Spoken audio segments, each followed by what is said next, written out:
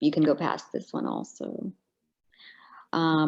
Okay, so our objectives are to review injury patterns in children and key preventive strategies. We also want to go over some basic management of accidental ingestion and discuss some common medication poisoning and treatment. Go ahead. So the first thing I would like to just briefly review is drownings. Each year, 2 to 3 million children and teenagers get into trouble in the water, and they do come close to drowning. Globally, children under the age of 5 years are at greater risk of drowning. Infants can also even drown in a few centimeters of water.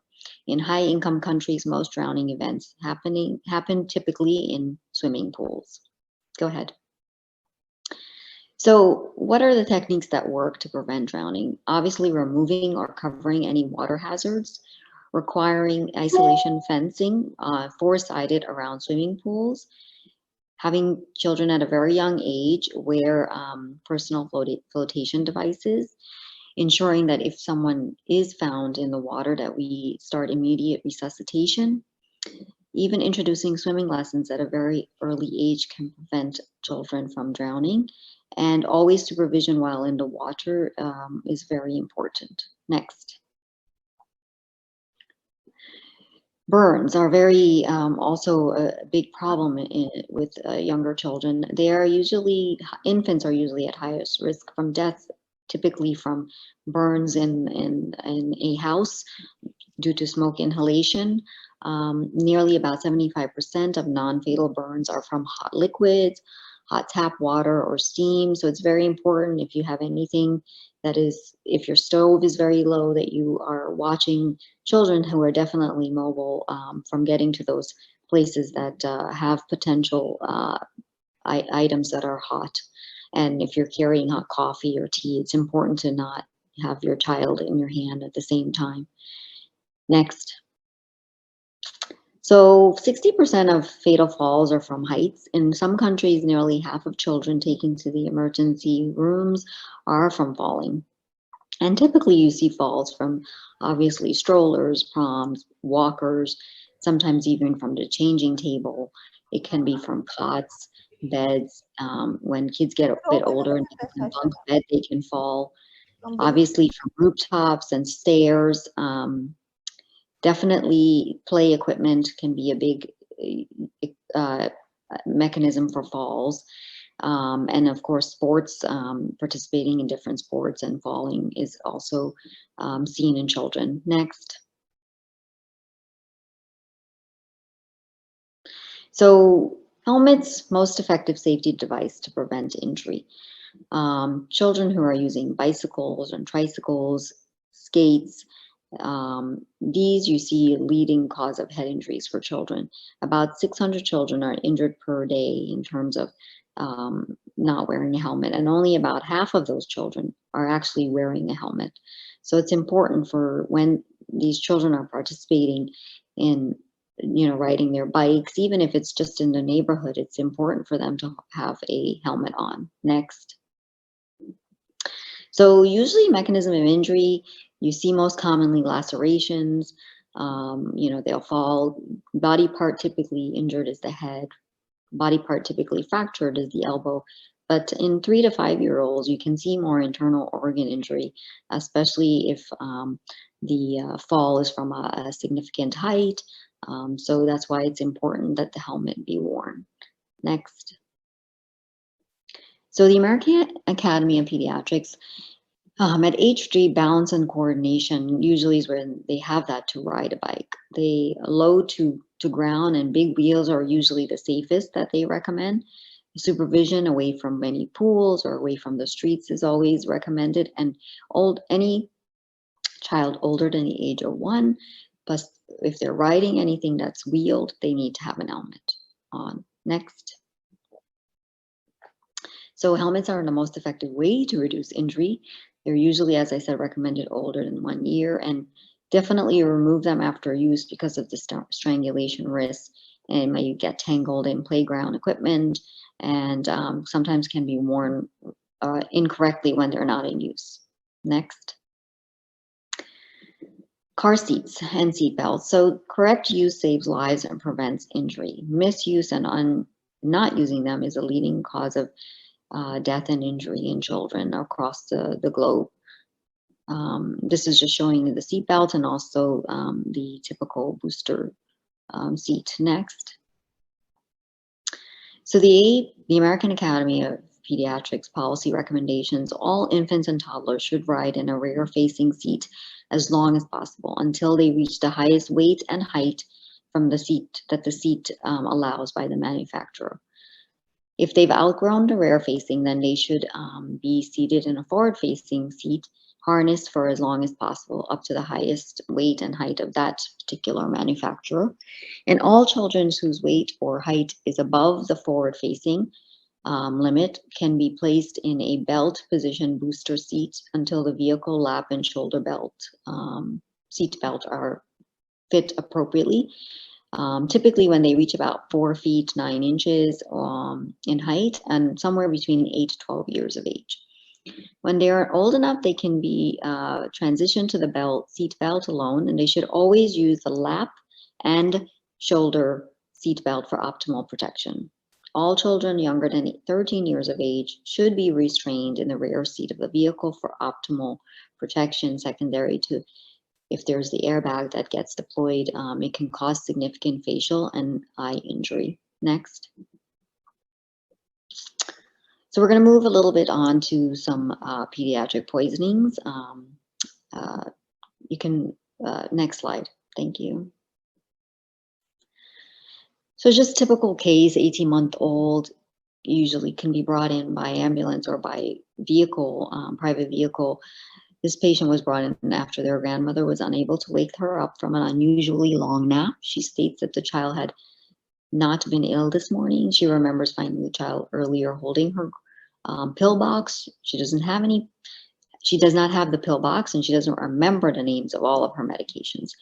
On your exam, the child is breathing shallowly. She moans and withdraws to painful stimuli. She does not open her eyes. The remainder of her exam is normal. She has no fever. There's no signs of trauma. Medical student asks you, what do we do next? So the things that you need to consider, could this have been an ingestion of a medication? What tests should be ordered, and what medications in very small doses could be very lethal in this particular child based on their age and weight? And should I be giving activated charcoal? Next. So pediatric ingestions, the Center for Disease Control, every day over 300 children in the US from 0 to 19 are treated in emergency departments, and 2 children die as a result of being poisoned. There's usually a bimodal pattern, so peaks less than 6 years, and then we see more during adolescence. The most common injection reported these are from the poison control centers in the US. Typically cosmetic and personal care products, about 13 to 14%, household cleaning substance about 10, analgesias about 10, foreign body and toys about 7, and topical preparations about 6%. Most responsible prescription medications are typical opioids, sedatives, hypnotics, and some cardiovascular drugs. Next. So how do we, approach these children? First, you want to protect yourself and your coworkers. You want to wear proper PPE because we don't know what, poisoning we might be dealing with. You don't want to panic. Majority of the children that do ingest things only require supportive care. This is different unless they, of course, have a history of a large ingestion or multiple drugs they've ingested, and they have some sort of altered mental status. Next. So the basic things we have to do are your typical ABCs. So you want to stabilize their airway, make sure their breathing and circulation are intact. In the meantime, you're checking for reversible causes of altered mental status if it's present. So any hypoglycemia, if you get a sugar and it's low, you want to give dextrose.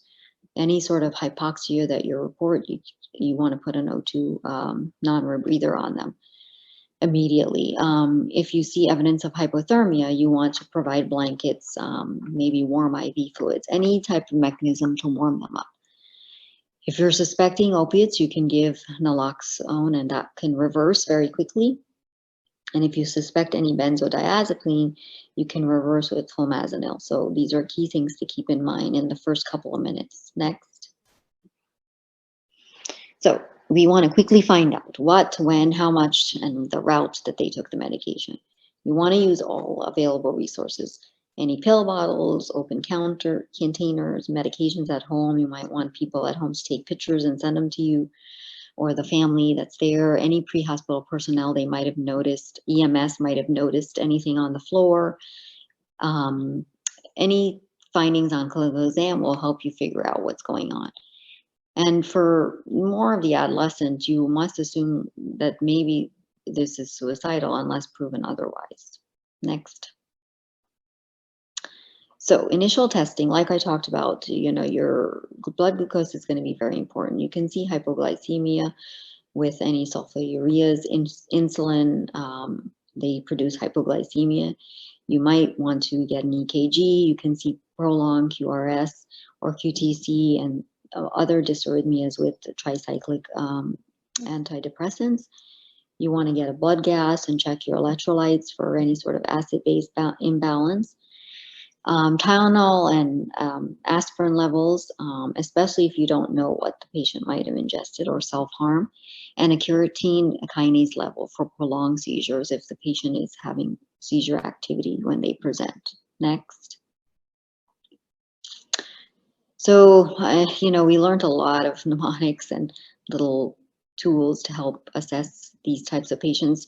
So if you see acidosis on your blood gas with increased anion gap, we usually use a mnemonic mud pile. So typically something like methanol, metformin can cause that, urea, any patient with DKA, so elevated glucose, propylene glycol, iron, lactic acidosis, any type of ethanol or ethylene glycol, salicylates or your aspirins. And, the calculation typically normal is from 8 to 12, and you can see there how you calculate the ion gap.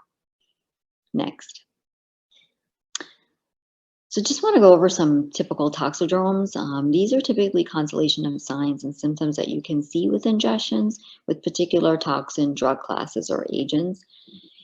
Typically, there's 3 big groups. You have alterations of your parasympathetic nervous system. So you have diminished anticholinergic and enhanced cholinergic from this.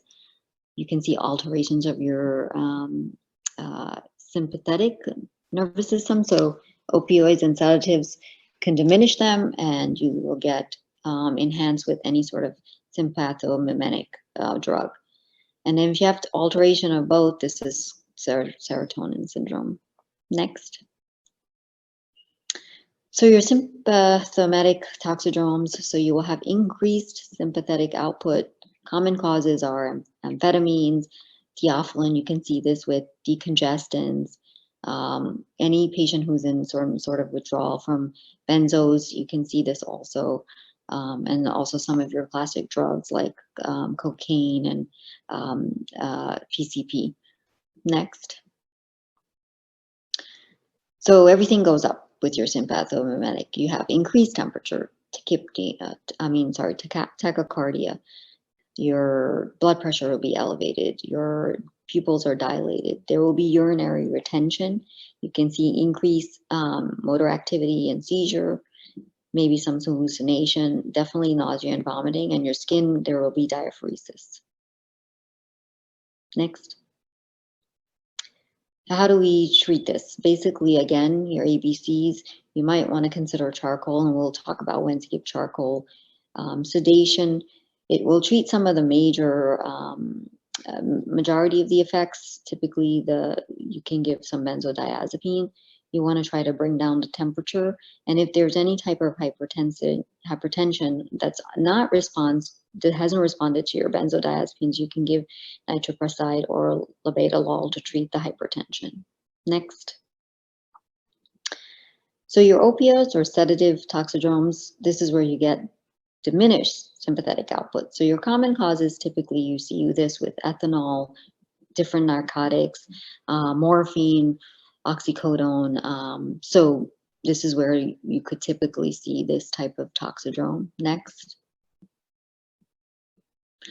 And you would see depressed mental status, maybe even come in comatose. Pupils are going to be constricted. You're going to see more bradycardia and hypotension, decreased respiratory rate, decreased bowel sounds. The skins will, they will have hypothermia and hyporeflexia. Next. How do we treat this? So again, ABCs and supportive care, activated charcoal for oral ingestions. You can provide some naloxone specific receptor antagonist. It's short, its half-life is very short. You can give up to 2 milligrams at a time every 2 to 3 minutes for up to a total of 10 milligrams. The higher doses may be needed for maybe someone who's on methadone already, may need to start a drip for long-acting opioids. So this is the basic pathway for treatment. Next. Your anticholinergic toxidromes, where you have diminished parasympathetic activity. You can see this very commonly with anticholinergic medications. You can see it with antihistamines like diphenhydramine, any sort of non-antipsychotic drugs like Haldol, and any sort of antidepressant like your tricyclic antidepressant. Next. So we usually say you get these anticholinergic signs and symptoms: hot as a hair, dry as a bone, red as a beet, blind as a bat, mad as a hatter. So you get fever, decreased bowel sounds, dry skin, flushing, tachycardia. You can have hallucinations, seizures. So this is the constellation of symptoms you'll see with anticholinergic. Next. Again, supportive care, support your airways, the most important. Any seizure activity control, try to bring down the temperature and try to get some increased urine output. Physostigmine is the treatment of choice. It's it's a reversible mechanism. There are some side effects. It can cause bronchospasm and bradycardia. You want to consider if there's severe agitation or psychosis that's unresponsive to what you've already started to do. Definitely if there's no history of seizures, if your EKG is normal, there's no other co-ingestions, and you want to make sure you have your crash cart in place in case there's any secondary issues like bronchospasm. Next. So your cholinergic toxidromes, where you have increased parasympathetic activity, are common with pesticides, which are in the category of organophosphates. Some nerve agents like sarin can also cause cholinergic activity. Next. So this is another sort of mnemonic. We use dumbbells or sludge. You will see diarrhea, urination, increase in all of these. Bradycardia, more increased secretions in the lungs, emesis, increased tearing of the eyes, and increased salivation. Seizures you will also can see it with this toxidrome. Next. So decontamination, you want typically gastric emptying is no longer recommended even at home. No, not to give, we don't recommend giving Epicat at home or in the ED anymore. Gastric lavage is also no longer recommended. There's evidence that it doesn't usually provide any clinical utility, and it may lead to aspiration and even perforation. Whole bowel irrigation is not usually routinely recommended, but may be considered if you have a toxic amount of substances that typically you can't use activated charcoal for. So any sort of sustained release or coated drugs, iron and heavy metals, ingested packets that contain large amounts of drugs. If there's any sort of airway compromise or altered mental status, GI hemorrhaging, intractable vomiting, you do not want to do whole bowel irrigation. Next. So activated charcoal. So Activated charcoal, you see, can absorb and bind to toxic substances onto its surface. It's organic, it's large, it's poorly water soluble. Those are the things that it will bind to. It does not bind to alcohol, iron, lithium, acid and alkalines, any sort of electrolytes or heavy metals. It's usually obviously contraindicated in unprotected airway, any patient at increased risk for aspiration or any disrupted GI tract. Because they have to drink it, you want to make sure that they are able to maintain their airway and secretions. And then you want to typically consider this within the first hour. If it's beyond that, it's usually not effective. And usually you can use 1 to 2 grams per kilogram for children. Next. So, like I said, you can use it in these typical medications: carbamazepine, any salicylates, valproic acid, phenytoin, theophylline, phenobarbital. Don't want to use it with the alcohols, solvents, cyanide, minerals, iron, lithium, and hydrocarbons. Next. Dr. Nazeema, it's almost 9:30, Yeah, so no if you problem. can wrap up in Yes. 1 or 2 minutes, that would be appreciated. Yeah, I think I'm almost there. I just want to go through a couple of brief. Just try to sum it as much as you can, please. Yes. So the main thing with the salicylates or your aspirin is you can have significant hypoglycemia. You might see a lot of emesis, so there will be some fluid abnormality, electrolyte abnormality, could lead to pulmonary and cerebral edema. So you want to check your potassium and your glucose immediately. It does cause, you can see salicylates in also anti-diarrhea medications. Next. So as we talked about, there are going to be some therapeutic levels that you want to look for. Anything above 100 milligrams per deciliter or potentially lethal, you want to check levels every 2 to 4 hours until it peaks, and then usually 4 to 6 hours until resolving. Next. We talked about this a bit. Next.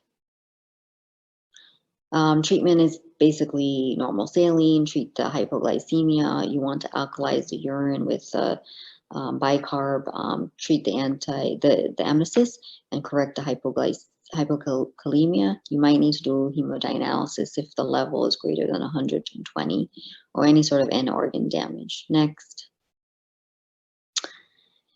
And then NSAIDs, your typical ibuprofen, nausea, vomiting, blurry vision, can cause hypotension, GI bleeding, and significant anaphylaxis in patients with chronic urticarial asthma. Next. So activated charcoal, IV fluids, correct acidosis, and basically you want to, patients with ingestion less than 100 milligrams per kilo, who are asymptomatic, can be discharged home. You usually can observe for 4 to 6 hours. Next. I think we can you just go forward on my slides a bit? Next. Yeah, I think that was those were the main things I wanted to cover. You can go to my next slide. So basically the patient we had, who was the 18-month-old, had a glucose level of 35 milligrams per deciliter, and the estimated weight was 10 kilos, so we gave about 50 mLs of 10% dextrose. Mental status improved. She continued dextrose infusion, requested ICU admission, and the unknown time of ingestion and risk for recurrent hypoglycemia with sedation. We could not administer any charcoal at that time. Next. So in summary, education during well-child visits is key for injury prevention, especially in children and adolescents. And this even covers, what can be in your house and what things you have to safeguard against children getting into. No decontamination agent is routinely recommended, and concomitant use is not usually recommended at all, and you best use within the first hour of ingestion. So, for example, the charcoal. Always decontaminate patients first to avoid exposure to healthcare team and nearby patients. And as we talked about a bit, be mindful of the classic toxidromes. Thank you. I think that was my... Thank you very much, Dr. Nazeema. Thank you very much for persevering despite And sorry for the delays despite the technical glitches.